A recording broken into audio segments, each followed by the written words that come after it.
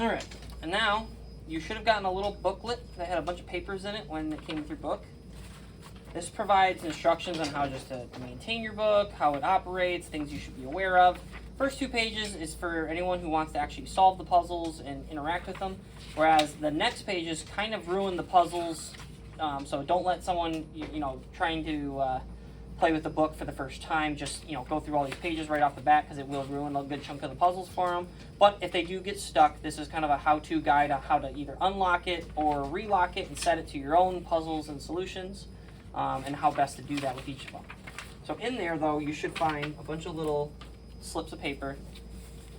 And the first ones we need are the 3 little tiny slips that say you chose wisely or you chose poorly. Wisely goes in the bottom one, and the other 2 go in the top 2. Again, you can rearrange these based on your clues, your hints that you want to give to your loved ones. But other than that, they just go like so. We're also going to grab our 3 bouncy pieces for page 5. And then I'm going to put skull in the middle, flame on top, and the treasure chest on the bottom. Next, I'm going to grab my magnetic key. This is how I unlock this page. Place it on top. You'll feel the tab underneath pull out. You just need to slide this back just a little bit so that you're past the ridge of the door. Obviously don't have your papers and stuff in front of it when you're trying to open the door. And then you should be able to open the door up enough that you can slip in your little piece, and it should hang at an angle so that it can be bent flat like that when the door closes. But other than that, that's how it should rest. And then I just put my little slip of paper in behind it. And then if I'm also feeling... And because this is a person's book, I will like to hide a little special token of gift, discount or something like that inside that last panel, just so they get an extra cool gift. Perfect for hiding money, keys, any kind of gift you want to give to a friend or family. Then I just repeat the process with the rest. Open up each door, place in the slip of paper, place in the little trap icon, close it up, and repeat the process once more.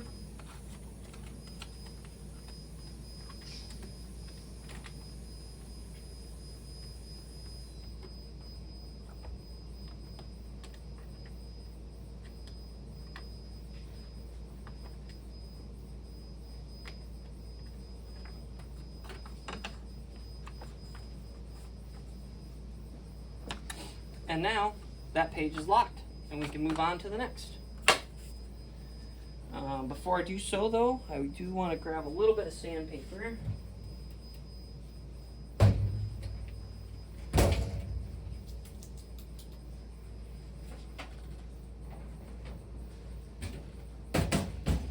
I'll be right back. I gotta grab some sandpaper. Ooh.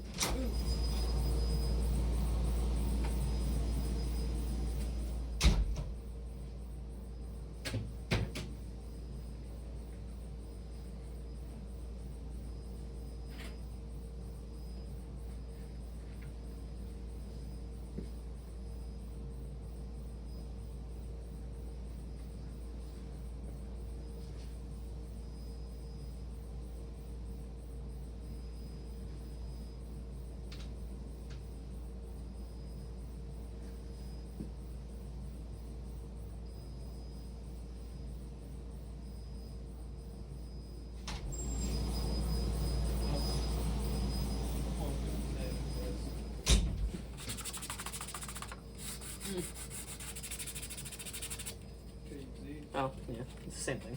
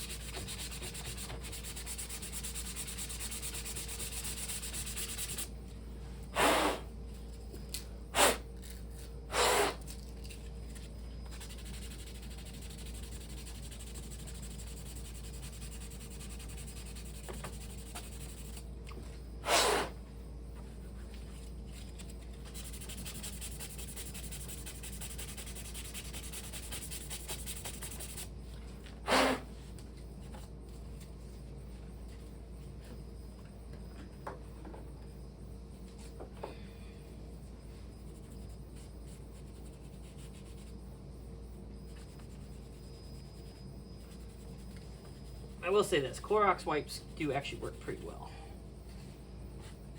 Getting the soot out.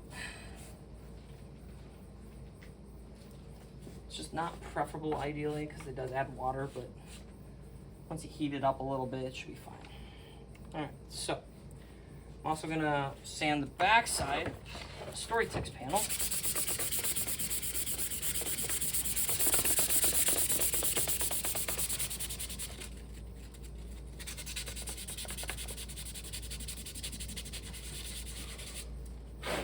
Damn it. Wow, it's really bad.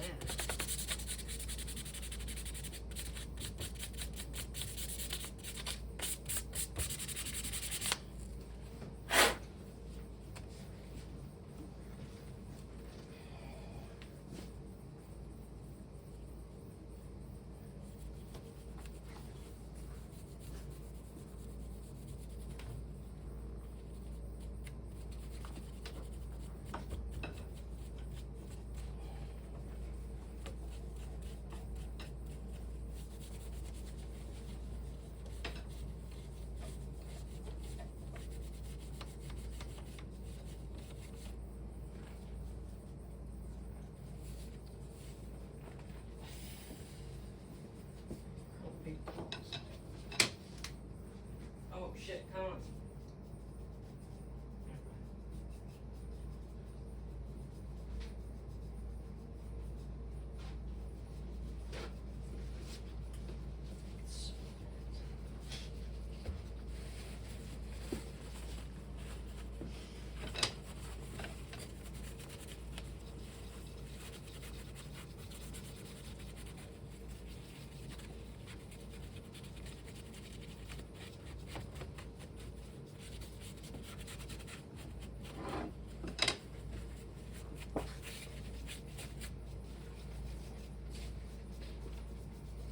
All right. Now page 4, you can actually just open up right here from the back side. Or actually, no. You want to do it from the opposite way. We do need to open it up from the back side and place these in here first. But you can do it from the other way too if you really need to. I just like to do it that way so I can just slide it in. Plop, plop. Push that in. Flip the page over. Make sure my hooks are pushed in. Open up my gate. Slide these inward so that you know the page is now locked. You gotta make sure the page hooks are all the way in, otherwise they won't go all the way down. Like so. If these keep getting in your way, it doesn't hurt to have something just rest on it, like so. Just kind of keep it out of your path. Next, you're going to grab the one that has 3, so it has an L on top, L on bottom, and then an L and a straight in the middle. You're going to flip it so that those 3 are on the hinge side of the book. You're going to place it down in there. Then you're just going to remove your tape from the front side. And try and keep them pinned so they don't pop up out of there. But again, worst case scenario, just use the template paper to help you rearrange them if they do come out.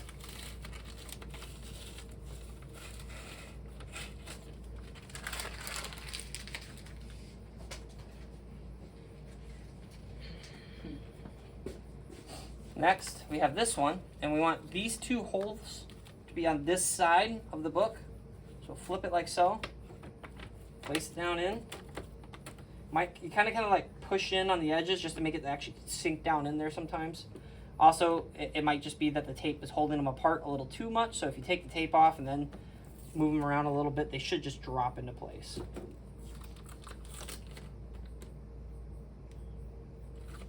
Try and go this direction. See, I kind of keep walking my hand towards the tape as I pull them off. And there we go. Trust me, saves so much time having to do it that way than any other way. Grab this quick. See a little bit of soot stayed in there.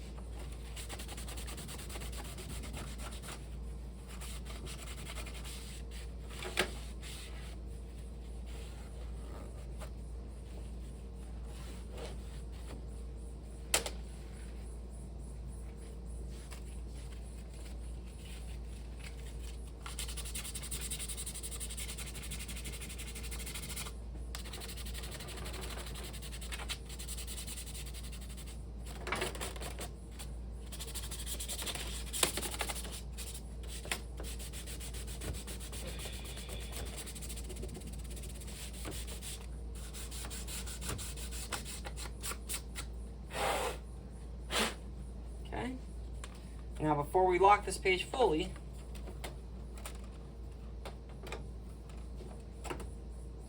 we're also going to grab our 4 little token character pieces. One should have an axe, one should have a knife, one should have a cross, and one should have a staff.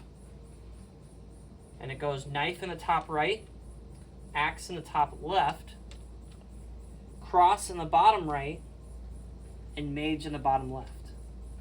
Then there should also be a bunch of little circles with X's in them. You should have extras, but all you need a total of them is 8. And ideally, these will be replaced with stickers or something that's a little bit easier to work with. But for now, these are kind of good placeholders until I create that system to operate a little bit easier, because the idea is that you would place an X on top of a sigil or symbol to indicate that it's been destroyed, but there is a better way to do that with stickers without having these extra little pieces that definitely can get lost or swallowed. So for now, they are included, but in the future, I will hopefully be able to eliminate them. So, special edition, guys. Oop, careful when you blow in there, because you can definitely pop pieces out like I just did. And then you should be able to just drop your gate, slide it up underneath, do the same thing with this one, and that page is now locked as well. We're going to sand off the backside here, clean it up a bit. My sooty fingers.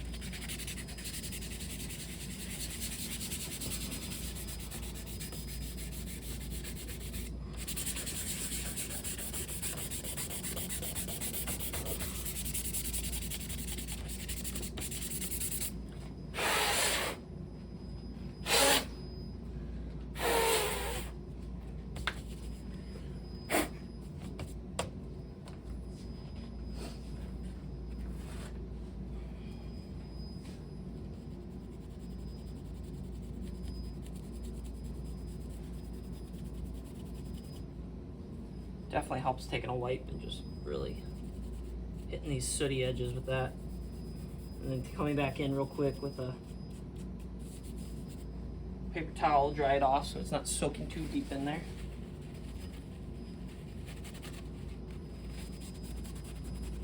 Plus, the paper towel also removes even more soot. Win-win.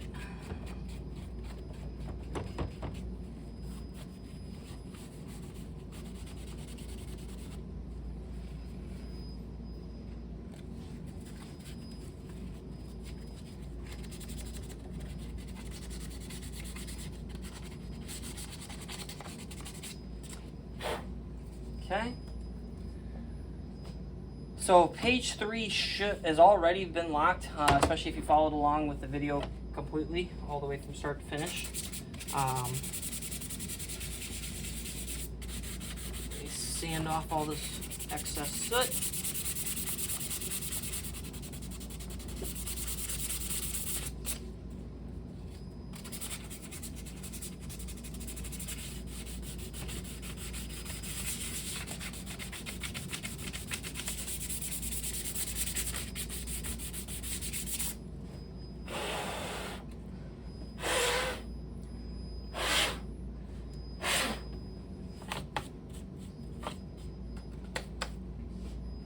Okay, now this page, like I said, should be already locked together and everything, but in case you haven't, you would pull this out.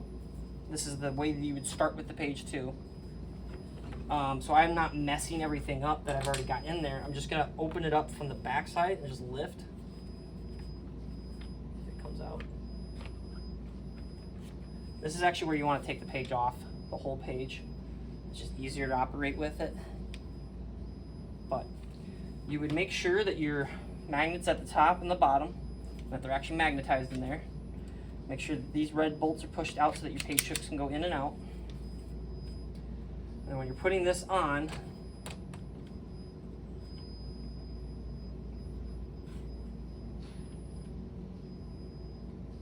just arranging my pieces.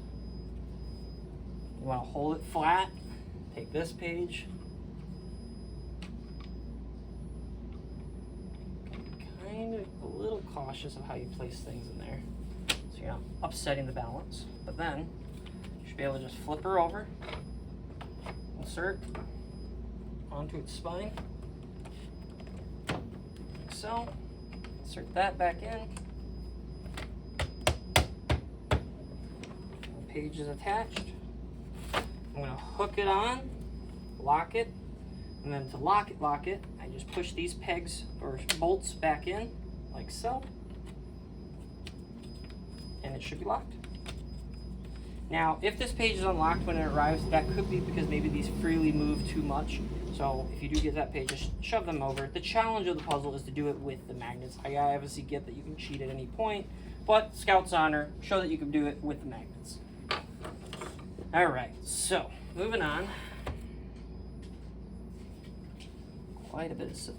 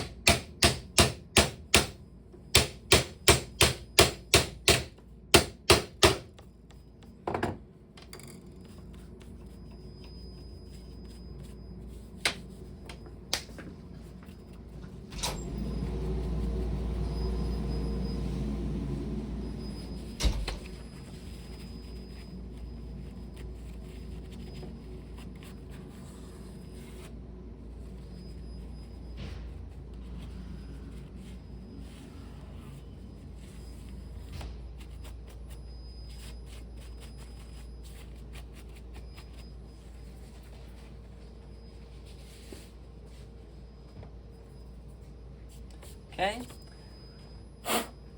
Now with page 2, we're going to open it up. Take out this. Take out this. And again, if this is too snug, you can either crimp the ends of those little E2s before you put them in, or afterwards too. You can do it while it's like this. If I can get this panel out. There we go. Helps to push from the front side sometimes too. And just enlarge the holes either with a Dremel or a drill. Sometimes can work as well. Just a little bit so that it's a little more loose. You don't want it too loose, but you definitely don't want it to just stick in there like it was for me. But the more uses you use it to, the easier it will come out and go back in. All right, so now this is where we come back to these pages to really help us with the lockup part of the process too. So Maze 3 shows you how to do it.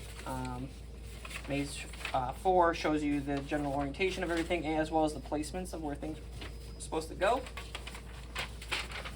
But in terms of page 2 and page 1, you really need these sheets in order to lock them up correctly. So, on this page, and also actually in your pamphlet too, which I think actually shows a little bit better detail if you want to do this portion of the process. So on this page, page 2 of page 2, actually it's page 3 of page 2, it shows you how to open up the panel and how it should look generally, but this is where it numbers based on the row, the corresponding row, as well as the corresponding piece, what letter it's going to match up to the front of the slider, as well as the correct sliders that go in there. So the easiest way for me to do it with the sliders is just recognize the very top row of letters, B, R, A, R, R, A, O. And then the bottom row, I usually recognize the middle of the 3 right here, lower of the middle, I guess. The third row or the very bottom row. But the bottom row has a couple of similar ones, so that's why I go up to the third level, where you can see there's a difference in the triangle and an X looking symbol and then something else. You'll see what I'm talking about when you look closer at these, but this does correspond to how these get placed in here. Alright, so our first one we need is one with not a gap like this where it's on the toggle itself, but one with a gap just above it, like so. I call that a gap 2. It's a gap 2. Also can be a gap 5 when you flip, or gap 6 when you flip it over. So it's either 2 or 6. So this is a gap 2. Oh wait, actually can't put these in yet. Sorry. Gotta do the sliders first. Alright. So there are 2 types of sliders. There are sliders with the Codex runic language. And then there's also English letter or your, language letters on top. I'm just going to lay them out real quick just so I can see what I'm looking at. So for example, I know that I need BDF because it's shown right here on the top of the slider page. Right here at the top, you can see the first 3, BDF, and now you recognize that right here. So I'm just going to grab that one. Now, when you're looking at this page, you're looking at the front. We're looking at the back, so we need to flip everything when we're putting it in. So B, even though it shows it on the left side in the image, you're actually going to put it on the right side face down, so that when we flip the page over, it's actually orientated correctly. This is a little tricky. Just don't rush this part of the process. Otherwise, you may lock this page up with a 7-coded lock, and it's not exactly an easy lock to undo if you don't know the code already, or have the proper clues that tell you what that code is. So, just take your time on this one. No need to rush it.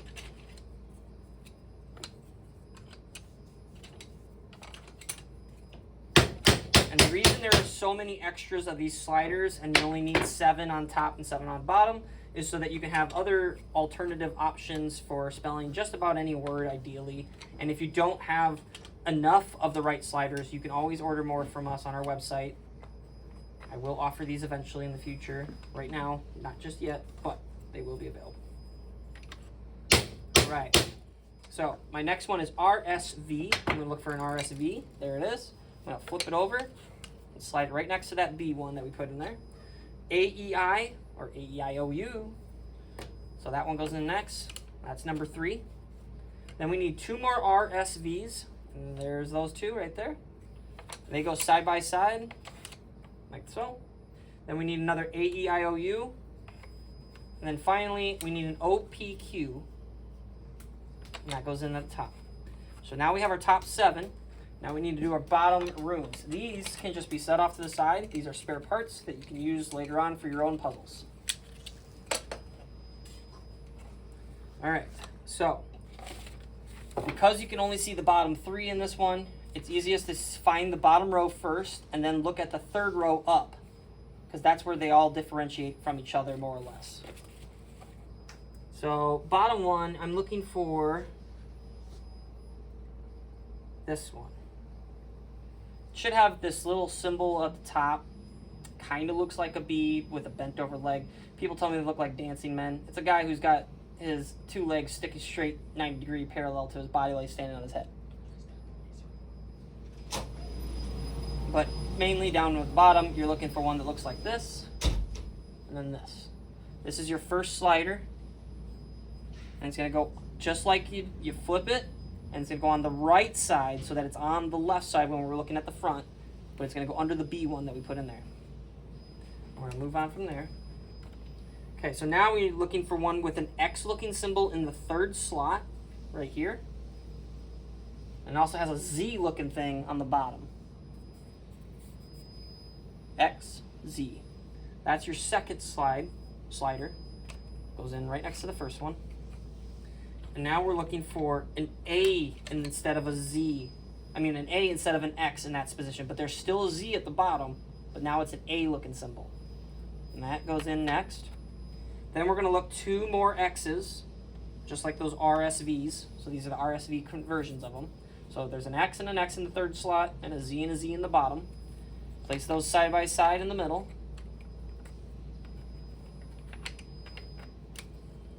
Like so. Then we're going to look for another A in the third slot with a Z in the bottom. Drop that in. Last but not least, we're going to look for an A on the bottom with an, technically it's an, can't remember what letter that is. I think it's R. No, that's an S, I believe. But it's kind of got a guy with a straight looking little arm underneath his head and a little curled tail, and then an A at the bottom. And that is how you put your sliders in. Next, put our extra parts off to the side. Now you can do either one of these steps in either order. It kind of depends on you. I like to do this part first and then put this layer in, but this can also help you guide your things into it a little bit, but it also gets in the way when you're trying to actually fit them.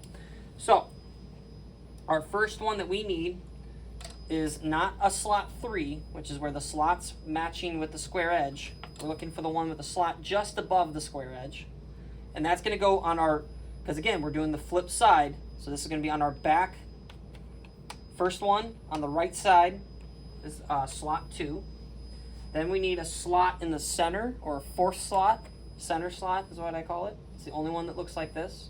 It's only used for a single letter, whereas the rest are double-sided. They can flip either way.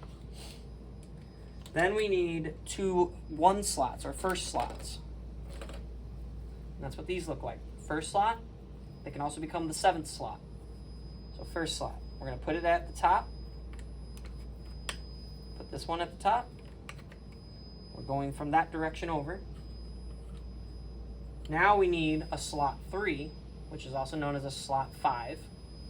So slot 3, slot at the top. Then we need a slot 2. Again, slots at the top. And then our last one is a slot 3, but it's flipped. So it's actually a slot 5.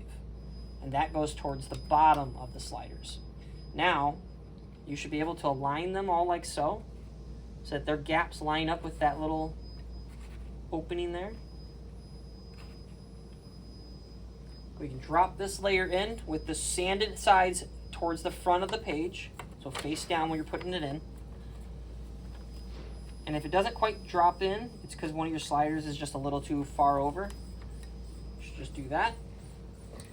You're going to grab this piece, and we're going to push it in there. And we're going to double check it, just make sure that it kind of slides in there while our gaps are all aligned like it's supposed to. Drop this in, reattach the spine, open it up, line up your page, push the hooks in, push this in so that it locks the hooks, and then to double check our work before we move anything else, this should read this text. Oops, well, it's going to be hard for you guys to see it, but it should say dwarves, D-W-A-R-V-E-S.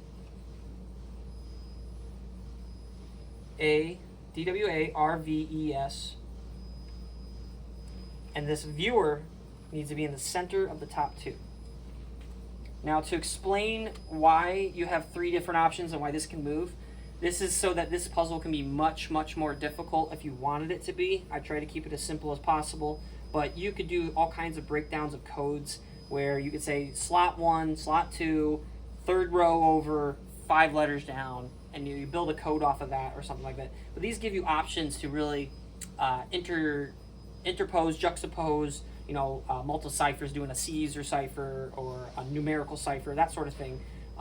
It just gives you a few more options than what you would already have just already with the 7 different pieces, as well as the 7 different interchangeable pieces that go into the backside like these.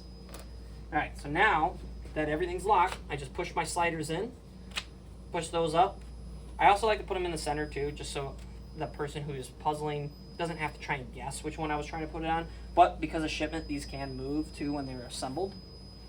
So be wary of that. Maybe have a clue of your own that says to put it in the middle.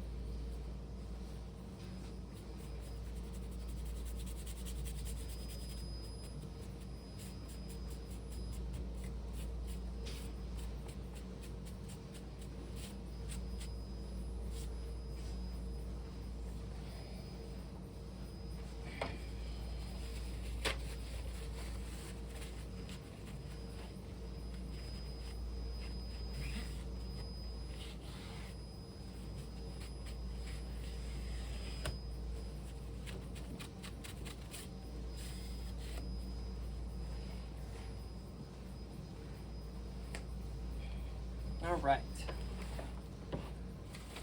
Moving on to the final page.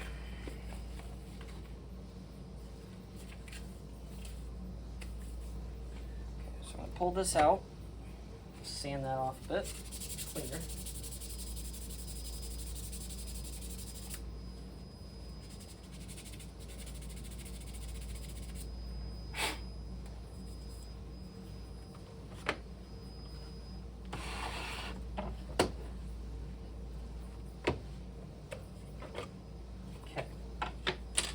This page, you want to push your page hooks in first, slide your front levers over so that they actually lock with those hooks, and then this thing bounces up like it's supposed to. Shouldn't be able to push it down anymore after that. Next, we're going to grab all of our toggle sliders, which look like these. There should be two variants. There should be one with the long nose, or no nose, and then one with a nose. I also call them battleships and destroyers. Battleship, destroyer. Okay. So I'm going to grab those. Now again, remember your orientation. We're looking at the back side, but this is front side orientation of how things should be laid out. So if this is on the left, it's going in the right. And if this is on the left, it's going in the right. Right to left, left to right. Okay, so the first few we need is we need 2 of the short nose and 3 of the long nose, like so. 3 long noses, 3 short noses. Long nose goes in first at the top, on the top right, like so. Then we need a short nose for number 2. Then long nose, short nose. Those are the first 5. Now we're going to do the other side. We need 4 short noses, and then 4 long noses, 1 short nose. Long nose at the top, long nose in the second, short nose in the middle, long nose, long nose. Okay? Now we're looking at the bottom. This one we need 5 short noses. And they all just go right in, bottom right.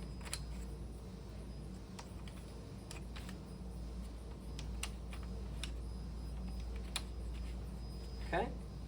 And then the final step, we need 3 long noses. No, 3 short noses. And then 2 long noses. First one going in is a short nose on the top left. Another one is a short nose in the second slot, a long nose in the middle, a short nose in the fourth slot, and a long nose in the last slot. And there we go. Now try to make sure that these are pushed inward as much as possible, just towards, without bouncing out like they're trying to do for me. That just helps kind of get this part of the process in. Really make sure that these are sanded, otherwise you will struggle getting this page in. It's a very tight fit. That one was actually a perfect fit, so cool. Drop that in. Don't drop that in just yet. Put it back on its hinge before we put that in. Like so. Put that on. Now, your page is going to be resting on top, so don't do anything just yet. We need to push, we can't push this in, so we have to actually unlock our page in order to move to the next step. So what we need to do is anything that is a long nose on the sheet goes outward. Anything with a short nose goes inward. Outward, outward, inward. And then the opposite here. So outward, outward, inward, outward, outward. These are all inwards. This one is inward, inward, outward, inward, outward. Now I should be able to press my center. It should sink all the way down, and I should be able to unlock both of those. And now my page should be resting flat. I can now reclose the page hooks, seal the page, Make sure that these hooks are pushed all the way back, otherwise these won't go all the way over. And then this should bounce for now until I push these back towards their centers.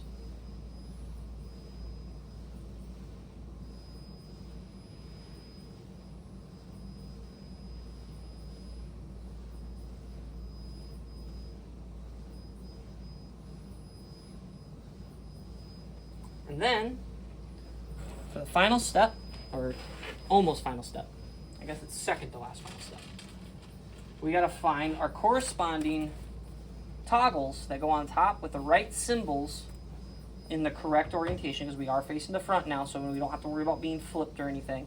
So we need, the first one is a fire water. So I'm now gonna search through all these, organize them if I want to beforehand, which is what I like to do, because it makes it just a simpler process overall.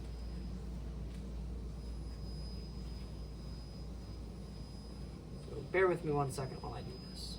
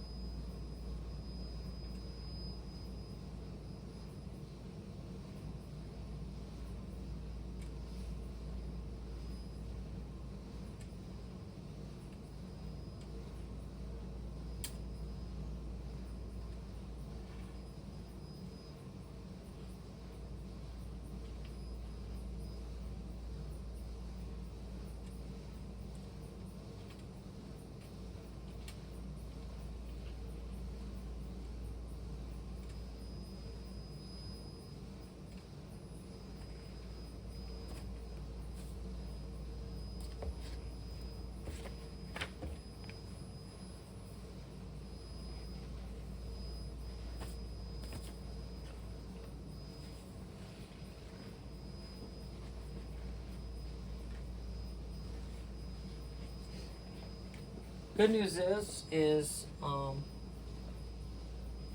you only actually need 3 of each type or variant, but there is an extra set that's cut for each of them too. I am missing one of them, but again, I only actually need 3 of each style or each version of them. So my very first one is fire water.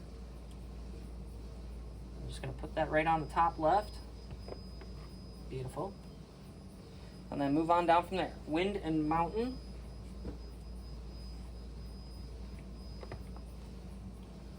Then mountain and water and wind.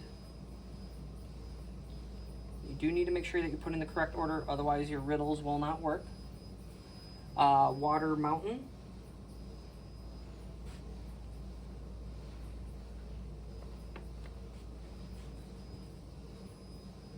Fire and air.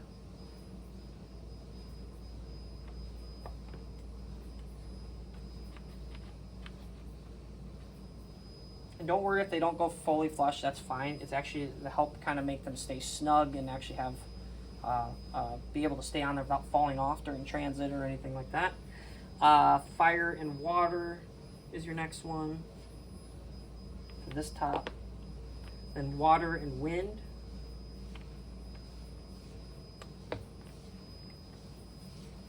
Fire and water. Fire and wind. Water and mountain.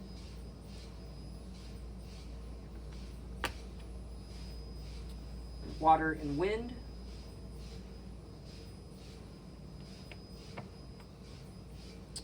Wind and fire.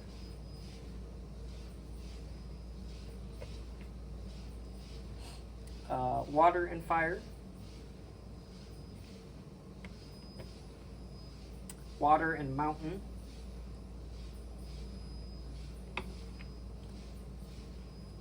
Mountain and water.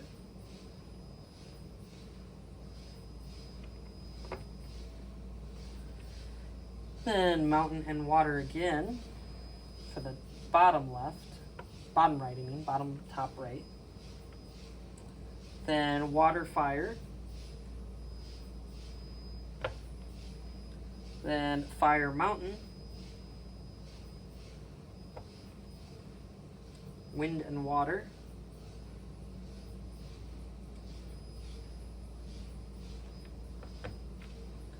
Last but not least, water and fire. All right. So with all those in, your book should be fully locked together now. We're going to take our magnet key and place him in his final spot. Players can remove him and use him as will. He kind of serves, that's his hiding spot, his central starting spot. We also, out of those slips that came out of your book, you should have 5 character cards. And they should be in the order that I have them. So the rogue for page 1, the dwarf for page 2, the mage for page 3, paladin for 4, and cleric for 5. We're going to put those back in the front page of our book so that our would-be victims of puzzling would have to find those. And then these, we're going to have one for the top, one for the bottom. The top one should read, I can rage with fury, whereas the bottom one should say, for one part of the world. And then we're going to grab these guys. We're going to take some E2s and we're going to put them into the holes here real quick.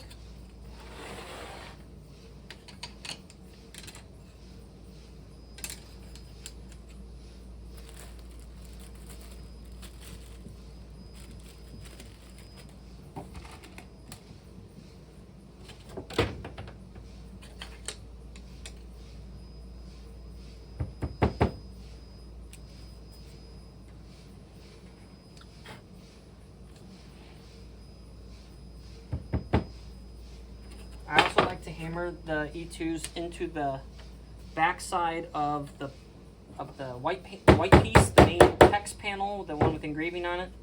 And I'll show you why in a second here.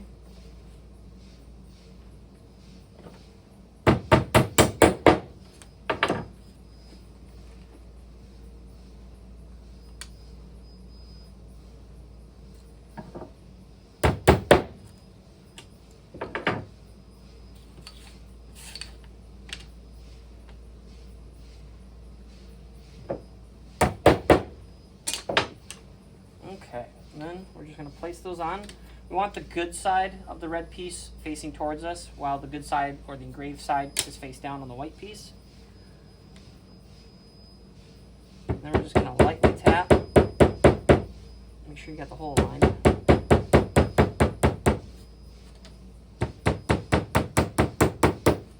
And I like to spin it over, flip it over before I hammer it all the way down. That way I'm ensuring I'm not splitting this red piece here at all. When it has a surface, the wood won't split as easily. Gives the peg the path of least resistance to travel. So another way is just put the red piece flat, put your white piece on top. And get started on both sides first. Don't go all the way down just yet until you got both of them started partially too. That can also help prevent splitting or breakage. So one goes to the top, one goes to the bottom. This is the top, this is the bottom. You're going to take your little scroll of text and you're just going to roll them up.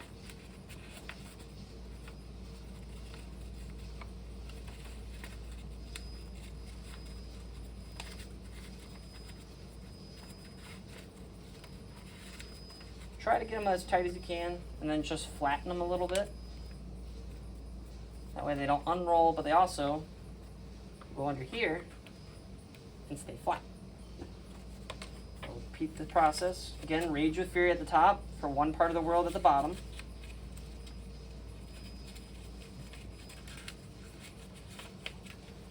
Obviously a flat surface is way easier, but I'm just trying to do this so you guys can see what I'm doing.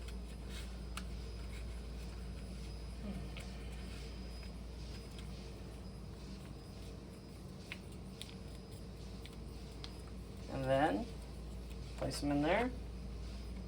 And voila! Your codex is now fully assembled, locked, and ready to go. The rest of the parts and everything else are just extra pieces for you to play with in the future, to make your own puzzles, interact with, change something around. Maybe you think a puzzle's too simple, or you just want to write your own story. I will be releasing future expansion packs that will allow you to place either stickers or replace pieces entirely with new engravings, new stories, new hints. You'll be even able to put stuff onto the back panels here, which this needs to be sanded. Put stuff onto the back here to cover the story that I've created, and then put your own stories in instead.